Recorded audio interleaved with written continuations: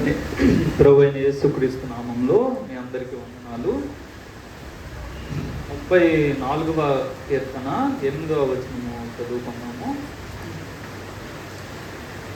34వ కీర్తన 8వ వచనం.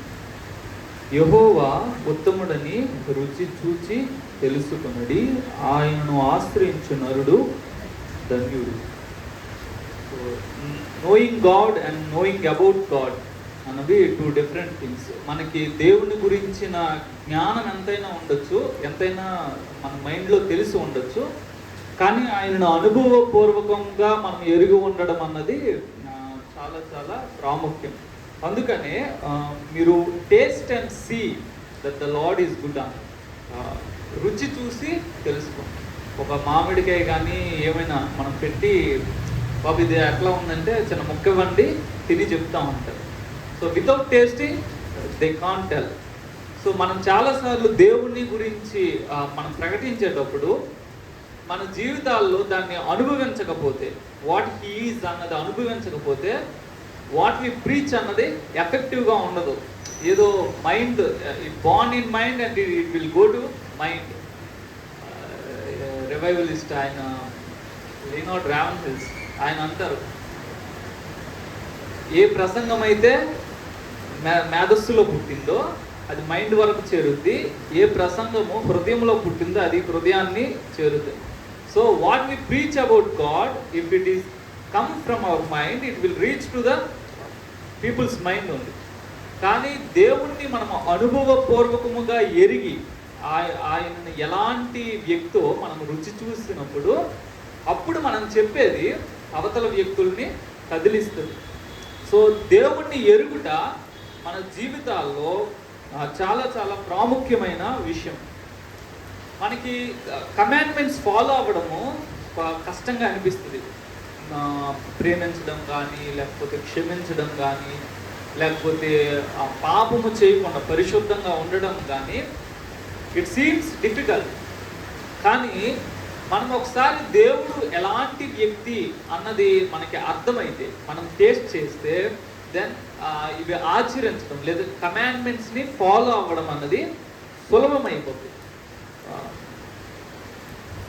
పేతురు ఇదే మాటని చెప్తారు. మొదటి పేతురు గ్రంథము, పేతురు రాసిన మొదటి పత్రిక 2వ అధ్యాయము 1-3 వచనాలు. పేతురు రాసిన మొదటి పత్రిక 2వ అధ్యాయము 1-3 వచనాలు. ప్రభువు దయాళుడని మీరు రుచి చూచి ఉన్న ఎడల సమస్తమైన దుష్టత్వమును, సమస్తమైన కపటమును, వేషధారణను, అసూయను, సమస్త దూషణ మాటలను మాని క్రొత్తగా జన్మించిన శిశువులను పోలిన వారై నిర్మలమైన వాక్యమును పాల వలన రక్షణ విషయంలో ఎదుగు నిమిత్తము ఆ పాలను అపేక్షించు. భక్తుడైన పేతురు చెబుతున్న విషయం ఏంటంటే, మీరు దేవుణ్ణి దయాళుడని రుచి చూస్తే ఇవి మానేయండి అంటారు. ఇవి ఎప్పుడు మీరు మానగలరు అంటే, మీరు నిజంగా దేవుడు ఎలాంటి వ్యక్తి అన్నది మీరు రుచి చూసినట్లయితే అప్పుడు మీకు ఈ ఫాలోయింగ్ థింగ్స్ మానడం అన్నది సులభం అవుతుంది. సో వాట్ గాడ్ ఈజ్ అన్నది మనము అబ్జర్వ్ చేస్తే, ఇక్కడ చెప్పబడుతున్న అసూయ కానీ, దుష్టత్వం కానీ, వేషధారణ కానీ దేవుడు వీటేటిని కూడా కలిగి ఉండడు. మనము ఇతరుల గురించి మాట్లాడతాము, దేవుడు ఎప్పుడూ కూడా ఇతరుల వ్యక్తుల వాళ్ళ గురించి మనతో చెప్పరు. అన్లెస్ వాళ్ళు కరెక్ట్ చేయాల్సింది ఏదో ఉంటే తప్పితే చారీలు అనేవి దేవుడు చెప్పడు. దేవుడు ఎవరి మీద అసూయ పట్టు, వీళ్ళు బాగా ఇదైపోతున్నారని అసూయ ఆయనకేమీ ఉండదు. సో దేవుడు ఎలాంటి వ్యక్తి అన్నది నా జీవితంలో నేను అనుభవిస్తున్నప్పుడు, ఆయన మంచితనాన్ని నేను అనుభవిస్తున్నప్పుడు, ఆయన గుణగణాలను నేను అనుభవిస్తున్నప్పుడు, టువర్డ్స్ మీ ఆయన ఎలా ఉన్నారు. ఒకవేళ నేనున్నట్లుగా దేవుడు నా పట్ల ఉంటే నా పరిస్థితి ఏంటి? నేను ఆ వ్యక్తి గురించి ఈ వ్యక్తి గురించి చెడ్డగా మాట్లాడుతున్నాను. ఈవెన్ వారు చెడ్డవారు, నేనేమో వారిని కూర్చిన చెడును చెబుతున్నాను. The same thing if God does to me. దేవుడు స్టీఫెన్ ఇట్లాంటి వాడు అనేసి ఒక్కొక్కరికి వెళ్ళి చెప్పారు. స్టీఫెన్ ప్రసంగ పీఠిక మీద ఉంటాడు, నువ్వేందయ్యా మాకు చెప్పిన. So the thing is such a wonderful person in our personal life. మనం దేవుని యొక్క వ్యక్తిత్వాన్ని ధ్యానించినప్పుడు, లేదంటే ఆ వ్యక్తిత్వాన్ని మన పట్ల ఆయన ఎట్లాగా ఉంటున్నారు అన్నది మనం గ్రహించినప్పుడు, అప్పుడు మనము ఆయనలాగా ఉండడము మనకు సులభం అవుతుంది. ఆయన యొక్క ఆజ్ఞలు పాటించడం అన్నది సులభం అవుతుంది. దేవుడు ఏది కూడా తాను చేయని దానిని మనం చేయమని చెప్పడు. మ్యాక్సిమం వాట్ హీ డస్, అందులో ఎగ్జాంపులరీ లైఫ్, ఒక మోడల్ లైఫ్ని ఆయన బ్రతికి చూపించి అప్పుడు my child you follow these అంటారు. సో దేవుడు ఆశిస్తున్నారు, మీరు నన్ను కేవలము మీ మైండ్లో తెలుసుకోవడం కాదు, నేనేంటి అన్నది మీరు మీ జీవితాల్లో అనుభవించండి. నేను మీ పట్ల ఎలా వ్యవహరిస్తున్నాను, నేను మీ పట్ల ఎంత కనికరంతో ఉన్నాను, నేను మీ పట్ల ఎంత జాలితో ఉన్నాను, మీరు ఎన్నిసార్లు నా కోపం రేపినా నేను ఎట్లాగా సహిస్తున్నాను, అవన్నీ మీరు అర్థం చేసుకుంటే మీ జీవితంలో కూడా అలా ఉండడము సులభము. అన్యాయస్తులు అనే మాట సింపుల్గా ఏంటంటే, నాకు కావాలి, ఇతరులకి నేను అలాగా చేయను. నేను దేవుడి దగ్గర నుంచి కనికరం పొందాలి, కానీ నేను మాత్రం ఇతరులకి కనికరం చూపించను. అదే అన్యాయం. సో దేవుడు నా గురించి మంచిగా చెప్పాలి, లేదంటే దేవుడు నన్ను మంచిగా మెచ్చుకోవాలి, కానీ ఇతరుల విషయంలో మాత్రం నేను వాళ్ళ లోపాలను, వారి యొక్క బలహీనతలను మాత్రమే నేను చూస్తాను. దేవుడు నన్ను బాగా ఎంకరేజ్ చేయాలి, కానీ నేను మాత్రం ఎదుటోళ్ళని డిస్కరేజ్. ఇవన్నీ అన్యాయం. దేవుడు న్యాయవంతుడు అని మనం రుచి చూస్తే మనం కూడా ఆయన ఎలాగ వ్యవహరించారో ఆ విధంగా వ్యవహరిస్తాం. టూ థింగ్స్ నేను ముఖ్యంగా చెప్పాలనుకున్నాను. ఒకటి ఏంటంటే, మనకి ప్రేమించడం అన్నది చాలా కష్టమైన విషయం. ఎంతో కొంత ఎవరినైనా ప్రేమించగలమంటే, ఎవరైతే కొంచెం బెటర్గా మంచిగా ఉన్నారో వాళ్ళని కొంచెం మనం ప్రేమించగలం. కానీ ఏమైనా మోరల్ లైఫ్లో ఎక్కడైనా పెడిసికొట్టిన వాళ్ళు, మోరల్ లైఫ్లో ఎక్కడైనా తప్పుతాడు చేసి తర్వాత కరెక్ట్ చేసుకున్నా సరే, హ్యూమన్ నేచర్లో మనము వాళ్ళని యాక్సెప్ట్ చేయం, వాళ్ళతో మంచిగా మాట్లాడలేము. ఎందుకంటే వాళ్ళ మీద ఒక అభిప్రాయము మనసులో ప్రింట్ అయిపోయి ఉంటుంది. ఎవరు ప్రేమించగలరు అని అంటే, యోహాను భక్తుడు చెప్తారు, మొదటి యోహాను పత్రికలో,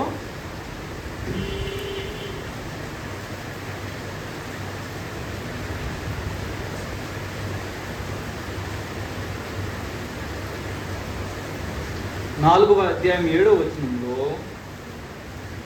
ప్రియులారా మనము ఒకరినొకడు ప్రేమింతము, యాదే అనగా ప్రేమ దేవుని మూలముగా కలుగుచున్నది. ప్రేమించు ప్రతివాడును దేవుని మూలముగా పుట్టినవాడై దేవుణ్ణి ఎరుగును.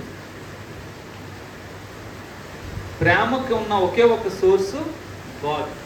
దేవుడే ప్రేమ అయి ఉన్నాడు అని లేఖనం అంటుంది. సో నేను ఎప్పుడు నా సహోదరుణ్ణి ప్రేమించగలనంటే, నేను దేవుణ్ణి ఎరిగితే నా సహోదరుణ్ణి నేను ప్రేమించగలను.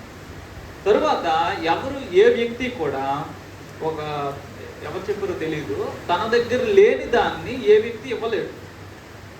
Anything if I want to give, first I should have it కదా, అది బేసిక్ రూల్. నా దగ్గర లేని దాన్ని నేను నీకు ₹1,00,000 ఇస్తానంటే నా దగ్గర లేనిది ఎట్లా ఇస్తాను? ఇవ్వలేము.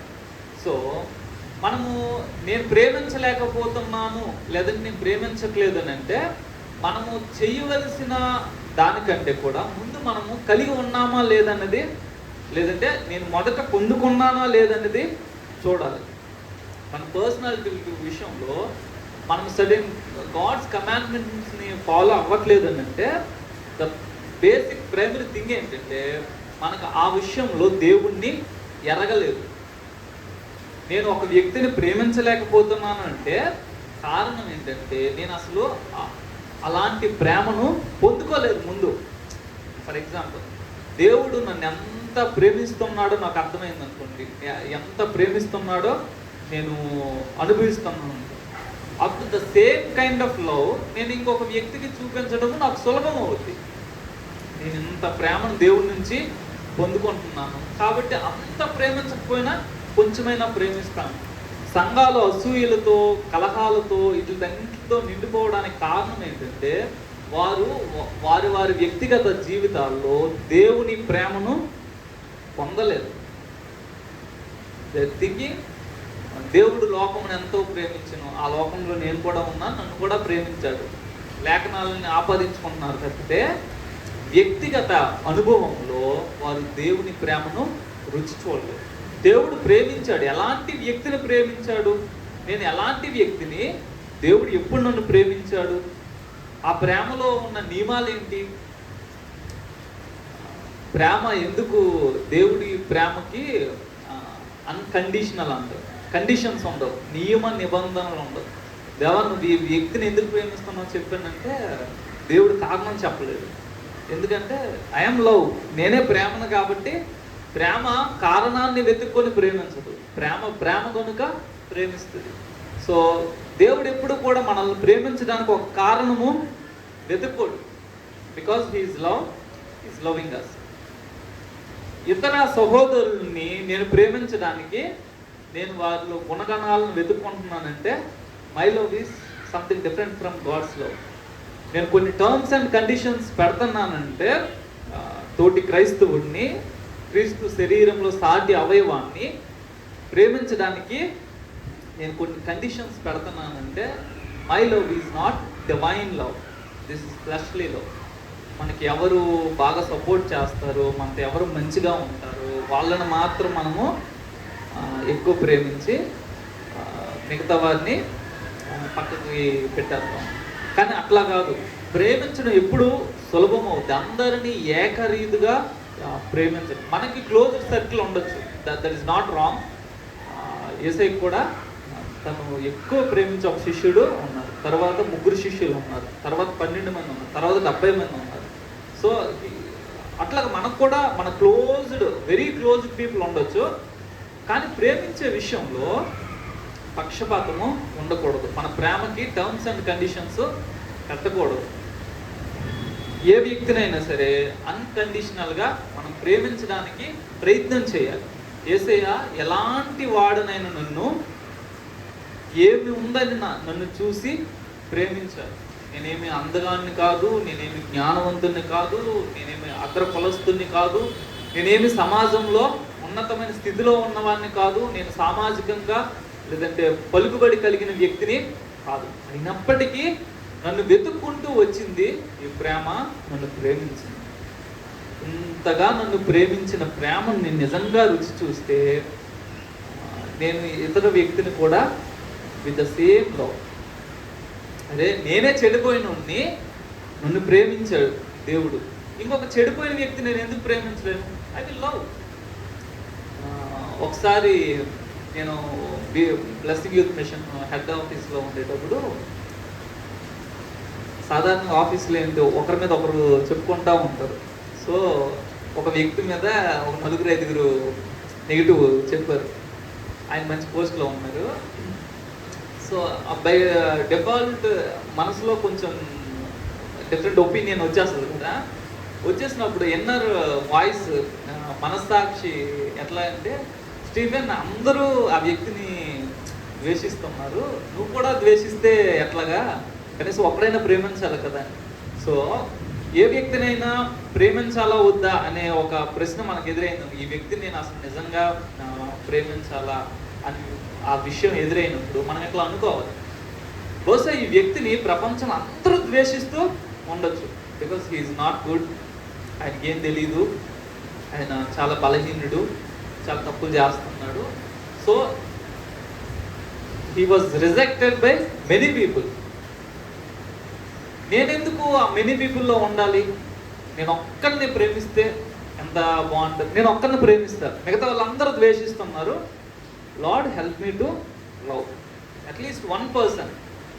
మనం ప్రతి వ్యక్తిని ఇలా అనుకోవాలి, ఆ వ్యక్తి జీవితంలో ఎంతమంది చేత ద్వేషించబడుతున్నాడు, ఎంతమంది చేత తృణీకరించబడుతున్నాడు, ఎంతమంది చేత అవమానపరచబడుతున్నాడు, ఎంతమంది చేత ప్రేమ పొందకుండా తక్కువగా చూడబడుతున్నాడు.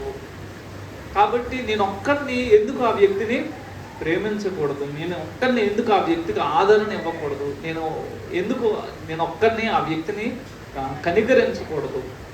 సో మన ప్రార్థన ఏమై ఉండాలంటే, ప్రభువా నువ్వు ఎలా అయితే నన్ను ప్రేమించావో, ఎట్లయితే నన్ను వెతుక్కుంటూ వచ్చావో, నాలో ఏ యోగ్యత లేనప్పటికీ ఏ విధంగా నన్ను ప్రేమించావో, help me to have the same love. మీకున్నటువంటి అదే ప్రేమను నేను నా తోటి సహోదరుల పట్ల కలిగి ఉండడానికి నాకు సహాయం చేయదు ప్రభువా. సో దేవుని ప్రేమను మనము రుచి చూసినప్పుడు మనం ఇతరులను ప్రేమించడం మనకి సులభం అవుద్ది. ఎందుకు ప్రేమించలేకపోతున్నాము అంటే, in our lone life we didn't tasted the love of God. దేవుని ప్రేమను ఏదో నాలుక మీద చిన్నగా టచ్ చేసిన తప్పితే అది పూర్తిగా ఆస్వాదించడం అనేది ఒకటి ఉంది కదా. గాబరా తినేటప్పుడు ఫుడ్ని మనము ఆస్వాదించడం, కానీ టైం ఉండి మంచి టేస్టీ ఫుడ్ ఉంటే ఓగా తింటూ ముద్ద ఆస్వాదించడం. అదేవిధంగా దేవుని ప్రేమను మనము అలాగ ఆస్వాదించిన వారమైతే అదే ప్రేమను ఇవ్వగలం. It is very easy. మీ ఇంట్లో ఉన్న థింగ్స్ ఇచ్చేయచ్చు. నేను ఒక మిషనరీస్ దగ్గర చూశాను, అసలు నాకు భలే, అంటే నాలో కొన్ని ట్రైట్స్ రావడానికి కారణం వాళ్ళు. జేసన్ గారని మా మిషన్ ఫౌండరు, వాళ్ళ ఇంట్లో ఉన్నప్పుడు ఏంటంటే దే విల్ షేర్ ఎవ్రీథింగ్. మాది పర్సనల్, మా సీక్రెట్, ఇది ఎవరో తెలియదు, అట్లా ఏమి ఉండదు, అన్నీ ఓపెన్గా మాట్లాడతారు. కిచెన్ కూడా ఓపెన్, ఎవరికి నచ్చింది వాళ్ళు వెళ్ళి వండుకొని ఎవరికి నచ్చింది వాళ్ళు తినొచ్చు. ఐటమ్స్ అన్నీ అక్కడ ఉంటాయి. సో వాళ్ళ బెడ్రూమ్ అనేది వాళ్ళకేం ప్రత్యేకం ఉండదు. ఒక 3 బెడ్రూమ్స్ ఉన్నాయి, కానీ ఎవరు వస్తే వాళ్ళకి ఆ రూమ్ ఇవ్వాల్సి వస్తే ఇచ్చేసి వాళ్ళు వేరు వేరు చోట్ల పడుకుంటారు. వాళ్ళ నుంచి నేర్చుకున్నది ఏంటంటే, వాళ్ళ దగ్గర ఉన్నవన్నీ ఇస్తారు. అసలు అలా ఎలా ఇవ్వగలుగుతున్నారు? వాళ్ళే మిషనరీస్కి ఎక్కడి నుంచి ఫుల్గా ఏం రావు, వాళ్ళకున్న వస్తువులు ఇచ్చేస్తారు. నేను వచ్చేటప్పుడు అన్న వాడుతున్న బండి నాకు ఇచ్చారు, వాళ్ళు వాడుతున్న కాట్, బెడ్ నాకు ఇచ్చారు, మిక్సీ, ఇట్లాగా కొన్ని ఐటమ్స్ కొన్నారు. అట్లా ఎట్లా చేయగలుగుతున్నారు అని అంటే, because they tasted the goodness of God. దేవుని మంచిదనాన్ని. జేసన్ అన్న చెప్పారు ఒక మాట ఏంటంటే, ఆయన ఒడిశా వెళ్ళినప్పుడు అంట ఒక చిన్న బ్యాగ్ చేతితో పట్టుకొని ఒడిశా వెళ్ళారు. ఆఫ్టర్ 8 years మినిస్ట్రీ చేశాక అక్కడ నుంచి వెళ్ళేటప్పుడు పెద్ద లారీతో థింగ్స్తో మధ్యప్రదేశ్కి ట్రాన్స్ఫర్ అయ్యారంట. అప్పుడు ఆయన గుర్తు చేసుకున్నారు, ప్రభా నేను ఒక్క బ్యాగ్తో ఒడిశా అడుగు పెట్టాను, నువ్వు ఇన్ని ఇచ్చావు. So how he can able to give, ఆయన ఏ విధంగా ఇవ్వగలుగుతున్నారంటే, because he tasted the goodness of God. అదే తరువాత ఆయన దగ్గర ఉన్న వాళ్ళు కూడా ఆయన చూస్తే అర్థమైపోతుంది, ఓహో ఇంత ఇవ్వచ్చా, ఎంత చేయొచ్చా, ఇంత నిస్వార్థంగా ఉండొచ్చా అని. ఆయన చాలా మందికి హెల్ప్ చేశారు. సో నేను నేర్చుకున్న విషయం, నాకు ఇప్పుడు ఏదైనా ఇవ్వడం అంటే చాలా కష్టంగా కూడుకున్న విషయమేం కాదు. అంటే పెద్దగా మనం ఇవ్వలేం, కానీ what we can give, easily we can give. ఎందుకు? మనం అదే విషయాన్ని నేర్చుకున్నాం. సో దేవుని ప్రేమను రుచి చూసినప్పుడు, దేవుని ప్రేమను మనము అనుభవించినప్పుడు మన జీవితంలో ప్రేమను వ్యక్తం చేయగలం సులభంగా. మదర్ తెరీసా అంటారు అనుకుంటా, ఏమంటారంటే, నువ్వు ప్రేమ లేకుండా ఇవ్వచ్చు, కానీ ఇవ్వకుండా ప్రేమించలేదు. ప్రేమ ఉంది అని చెప్పాలంటే ఏదో ఒకటి ఇవ్వాలి, ఇవ్వకపోతే ప్రేమ ఎక్స్ప్రెస్ కాదు. ఏదైనా టైం ఇవ్వాలి, లేదంటే మన ధనాన్ని ఇవ్వాలి, లేదంటే మన థింగ్స్ని ఇవ్వాలి, ఏదో something we have to give. దేవుడు ఆశిస్తున్నది ఏంటంటే, తన పిల్లలందరూ ప్రేమ కలిగిన వారే ఉండాలని. అరే నేను మిమ్మల్ని ఇంత ప్రేమిస్తున్నాను చూడు, నా ప్రేమలో నేను ఎటువంటి టర్మ్స్ అండ్ కండిషన్స్ పెట్టలేదు, నేను ప్రేమించి నా ప్రాణాన్ని నీ కొరకు నేను ఇచ్చేసాను. అందుకే ఈ యోహాను పత్రికలో ఉంటుంది, తన సహోదరుడి నిమిత్తము ప్రాణము పెట్ట బద్ధుడై ఉన్నాడు. ఎలా పెట్టేస్తాడు ప్రాణము? పెట్టలేడు కదా. ఒకసారి చూద్దాము.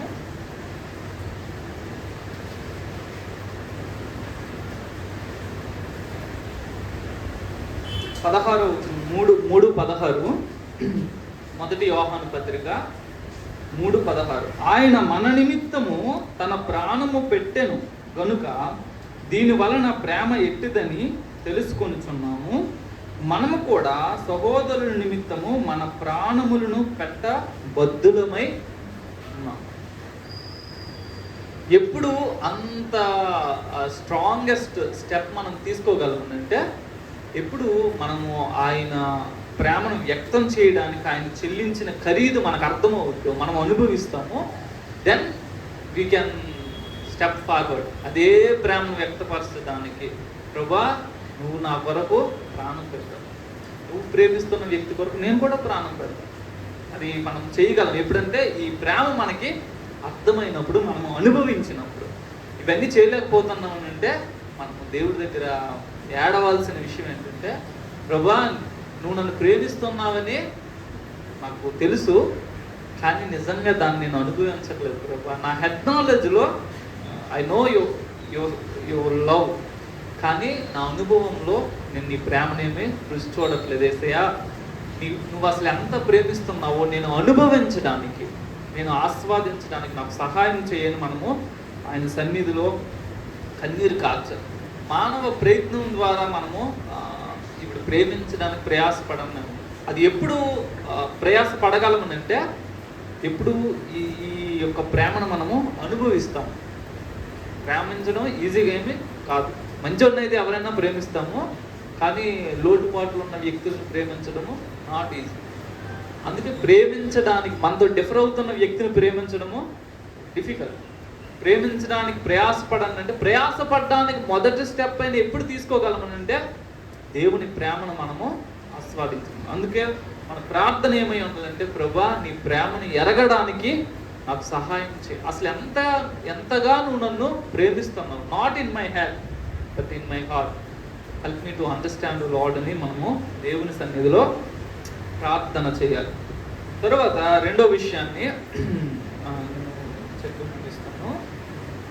మత్తయి సువార్తలో పేతురు ఒక విషయాన్ని చెప్తారు, అడుగుతారు. 18వ అధ్యాయము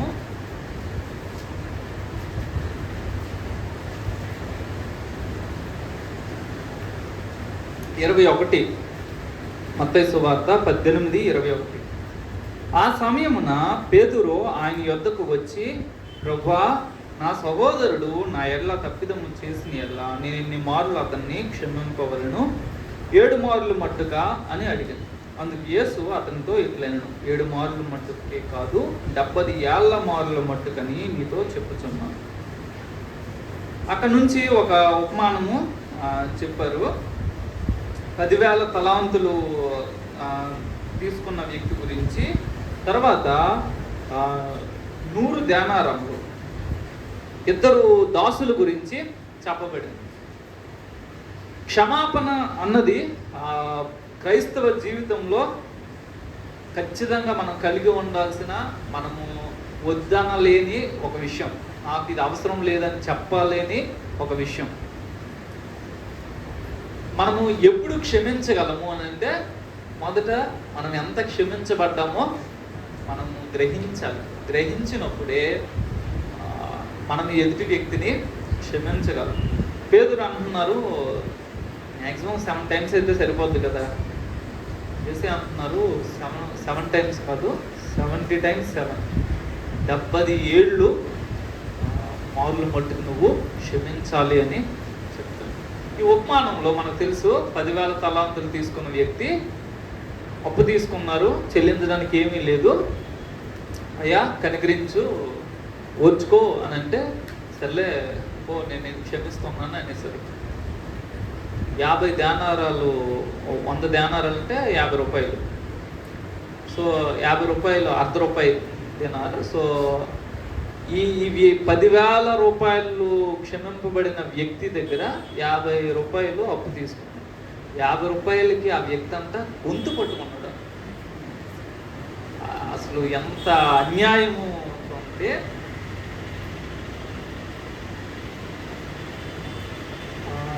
28లో, అయితే ఆ దాసుడు బయటకు వెళ్ళి తనకు 100 దేనారములు అచ్చున్న తన తోడి దాసులలో ఒకరిని చూచి వాని గొంతు పట్టుకొని నీవు వచ్చి ఉన్నది చెల్లింపు. ఇమ్మీడియట్లీ అక్కడ ఆ యజమానుడి దగ్గర అయ్యా క్షమించను ఓర్చుకొని ప్రార్థన చేసిన వ్యక్తి గుమ్మం దాటి బయటకు వచ్చి, రే నా 50 రూపాయలు ఇస్తావే వస్తావా? 10,000 తలాంతులు అంటే మామూలు నేను కౌంట్ చేస్తే 3 కోట్లు ఎంత వచ్చింది? 3 crore రూపీస్. 3 కోట్ల రూపాయలని ఆ యజమానుడు ఫర్గివ్ చేశాడు. సరే నువ్వు కట్టలేవులే, నీ తరం కాదు, క్షమిస్తున్నా పో అనేసి. అంటే 3 కోట్లతో 50 రూపాయలను కంపేర్ చేయండి. అసలు ఎక్కడ 1%, 0.000 ఎక్కడ ఉంటుంది? అరే అంత తక్కువ డబ్బులకి నువ్వు గొంతు పట్టుకుని అంత అన్యాయంగా ఎలా ఉండగలుగుతున్నావు? So you don't know the value of forgiveness. నిజంగా నీ యజమానుడు నిన్ను ఎంత క్షమించాడో నీకు అర్థమై ఉంటే నువ్వు నీ తోడి దాసుని పట్టుకొని అట్లాగా చేయలేవు. కడుపు మండింది, వాళ్ళు చెప్పారు ఇట్లాగా చేశారంటే 32వ వచనము, అప్పుడు వాని యజమానుడు వానిని పిలిపించి, చెడ్డదాసుడా, నీవు నన్ను వేడుకొంటివి గనుక నీ అప్పంతయు క్షమించితిని. నేను నిన్ను కరుణించిన ప్రకారం నీవును నీ తోడి దాసుని కరుణింపవలసి ఉండెను కదా అని వానితో చెప్పాను. అందుచేత వాని యజమానుడు కోపపడి తనకు అచ్చి అన్నదంతయు చెల్లించు వరకు బాధపరచు వారికి వానిని అప్పగించు. మీలో ప్రతివాడును తన సహోదరుని హృదయపూర్వకముగా క్షమింపని ఎడల నా పరలోకపు తండ్రియు ఆ ప్రకారమే మీ ఎడల చేయునని. ఎప్పుడు క్షమించగలమనంటే ఎప్పుడు క్షమాపణ విలువ మనకు అర్థమైందో, ఎప్పుడు దేవుడు నన్ను ఎంతగా క్షమించాడో నేను గ్రహించాను, అప్పుడు మాత్రమే నా ఎడల అపరాధము చేసిన వ్యక్తిని నేను క్షమించగలను. బ్రదర్ మీరు ఎన్నేం చెప్పండి, ఈ వ్యక్తిని మాత్రం నేను క్షమించను అని ఒక వ్యక్తి గురించి నేను అన్నానంటే సింపుల్గా చెప్పే విషయం ఏంటంటే, స్టీఫెన్ నువ్వు దేవుడి యొక్క క్షమాపణని అసలు నువ్వు గ్రహించలేదు, అర్థం చేసుకోలేదు. దేవుడు ఎలాంటి నిన్ను కనికరించాడు, ఎలాంటి నిన్ను క్షమించాడో తెలుసా? నువ్వు ఎలాంటి వ్యక్తి, ఏమైనా మంచోడుగా దేవుడు నేను క్షమించడానికి? నువ్వు ఎంత ఘోరంగా బ్రతికిన వ్యక్తివి, జన్మతః పాపివైన వ్యక్తి, నరకపాత్రుడు అయిన వ్యక్తివి. అయ్యా నన్ను క్షమించనంటే కనీసం చెమట చుక్క చిందించకుండా నువ్వు క్షమాపణని పొందుకున్నా, ఈజీగా పొందుకున్నా. దేవుడు ఉచితంగా నిన్ను క్షమించేశాడు. మరి అలాంటి క్షమాపణ నరకానికి వెళ్ళిపోతున్న నీవు నీ డబ్బుతో నరకాన్ని తప్పించుకోలేవు, నీ బలంతో నరకాన్ని తప్పించుకోలేవు, నీ జ్ఞానంతో నరకాన్ని తప్పించుకోలేవు, నీ భక్తితో నరకాన్ని తప్పించుకోలేవు, నీ పుణ్యకార్యాలతో నరకాన్ని ఏం చేసినా, ఎంత ప్రయాసపడినా నువ్వు నరకాన్ని తప్పించుకోలేవు. అంత విలువైన విమోచనను దేవుడు నీకు కేవలం నువ్వు అయ్యా క్షమించు అని ఒక మాట అడిగితే దేవుడు క్షమించేసి నీకు ఇచ్చేశాడు. మరి అలాంటిది నీ పట్ల ఏదో తెలుసో తెలియకో ఒక తప్పు చేసిన సహోదరిని నువ్వు క్షమించను, వారి క్షమాపణ లేదు అని అనడము ఎంతవరకు న్యాయము అని దేవుడు అడుగుతాడు. సో ఏ వ్యక్తులైతే దేవుని క్షమాపణను రుచి చూడలేదో ఆ వ్యక్తులు ఇతరులను, నాకు ఎంత అన్యాయం చేశాడు బ్రదర్, నేను ఎలా క్షమిస్తున్నాను? ఎస్, ఆయన చేసింది అన్యాయమే, కానీ మరి దేవుడు కూడా నిన్ను క్షమించాడు కదా. దేవుడు పెట్టే రూల్ ఏంటంటే నువ్వు ఏ కొలత కొలిస్తే నేను అదే కొలతను కొలుస్తాను. సో జడ్జిమెంట్ అప్పుడు అందరూ అవాక్కయ్యే విషయం ఏంటంటే ఒక్కొక్కరి స్కేలు, వాళ్ళు పెట్టిన స్కేలు తీసుకొస్తాడు దేవుడు. మనము ఇతర వ్యక్తులకి ఏ కొలతలు కొలిసాము అదే స్కేల్ని తీసుకొచ్చి, స్టీఫెన్ ఇగో నువ్వు బ్రతికంతా ఈ స్కేల్ని పట్టుకుని అందరు కొలిచావు, ఆడ అన్ఫిట్ ఈడ అన్ఫిట్, వీళ్ళు రాంగ్ వాళ్ళు రాంగ్ అన్నావు, సో ఇదే స్కేల్ నీకు పెడతాను, నువ్వు ఫిట్ కాదో చూస్తాను అప్పుడు ఉంటుంది మనకి. సో తీర్పు మనకి విస్మయాన్ని కలిగించకుండా ఉండాలని అంటే మనము మంచి స్కేల్ని, చిన్న స్కేల్స్ని ఉపయోగించాలి. ఆ స్కేల్లో కాస్త కనికరము, జాలి, అరే పాపం ఏ పరిస్థితులు అట్లా చేశాడు, ఇట్లాంటివి ఏమైనా యాడ్ చేసి కొంచెం మర్సిఫుల్గా డీల్ చేస్తే దేవుడు కూడా సర్లేరా నువ్వు చాలా తెలివైనడివి, చిన్న స్కేల్ యూజ్ చేసావు, నీకు కూడా చిన్న స్కేల్ కడతారా అంటారు. మనం అది నేర్చుకోవాలి. ఎదుటి వ్యక్తిని ఎప్పుడు నేను క్షమించగలను, దేవుడు నన్ను ఎంత క్షమించాడో అది నాకు అర్థమైనప్పుడు క్షమిస్తాను. ఎదుటి వ్యక్తిని ఎప్పుడు మంచిగా తీర్పు తీర్చగలను, దేవుడు ఎంత మంచిగా నాకు తీర్పు తీరుస్తున్నాడు. ఒక మాట అడిగితే మరణంలో నుంచి జీవంలోనికి ఆయన నన్ను దాటేస్తాడు. సో ఇవి మనకు అర్థమైతే మన జీవితంలో సులభం అవుతుంది, భక్తి జీవితము సులభం అవుతుంది, ప్రేమించడము సులభం అవుతుంది, లేకపోతే కష్టమైపోతుంది. చివరికి ఒక మాట చెప్పి ముగించేస్తాను.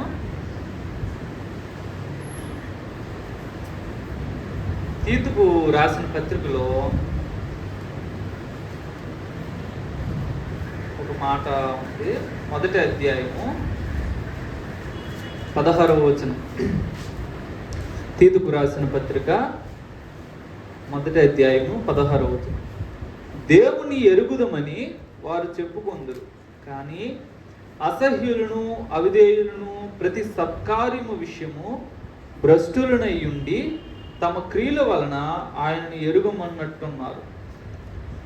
వాళ్ళు చెబుతున్న మాట ఏంటంటే, మాకు దేవుడు తెలుసు, వి నో గాడ్ పర్సనల్లీ అని అంటున్నారు.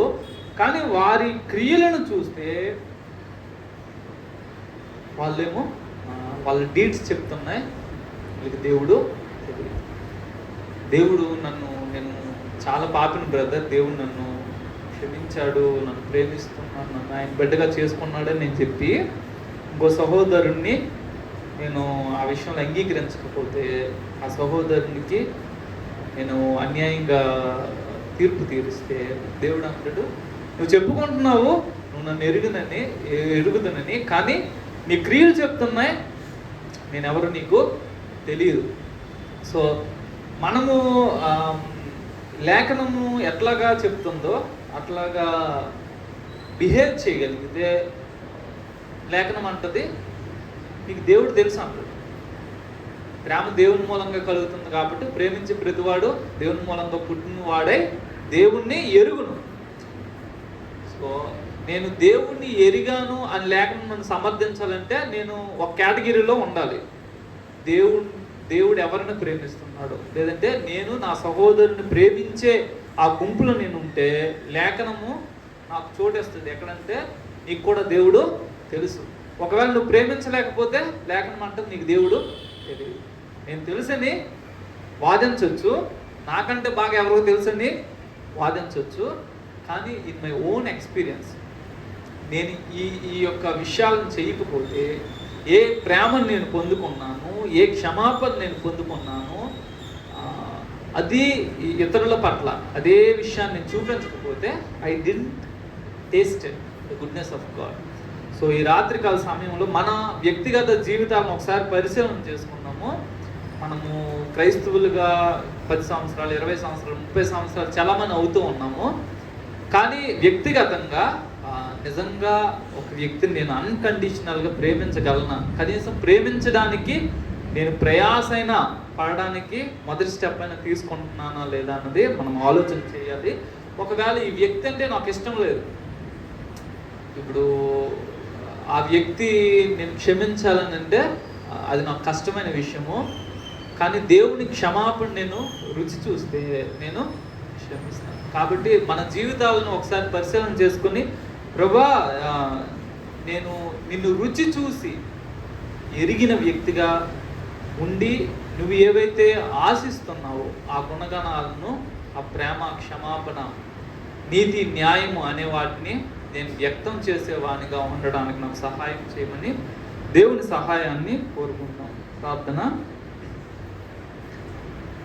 ప్రేమ స్వరూపుడైన తండ్రి, మీకు స్తోత్రాలు చెల్లిస్తున్నాము. ప్రభా, మా తలలో మీ గురించిన చాలా జ్ఞానం ఉంది, కానీ మా హృదయాల్లో మా అనుభవపూర్వకంగా మిమ్మల్ని గురించి చాలా తక్కువ చెప్పగలము. అయ్యా, మీ యొక్క ప్రేమను మేము చాలా తక్కువ అర్థం చేసుకున్నాము, రుచి చూసాము. దేవా, మీ క్షమాపణను చాలా తక్కువగా మేము గ్రహించాము. ప్రభా దేవా, నరకాగ్నికి వెళ్ళిపోవలసిన మమ్మల్ని నాయనా మీరు కనికరించి అయ్యా మేము పాపులు మమ్మల్ని క్షమించన్నప్పుడు మీరు ఎటువంటి నియమ నిబంధనలు పెట్టకుండా మమ్మల్ని క్షమించారు ప్రభా, మీకు స్తోత్రాలు చెల్లిస్తున్నాము. మాకు సహాయం దయచేయండి.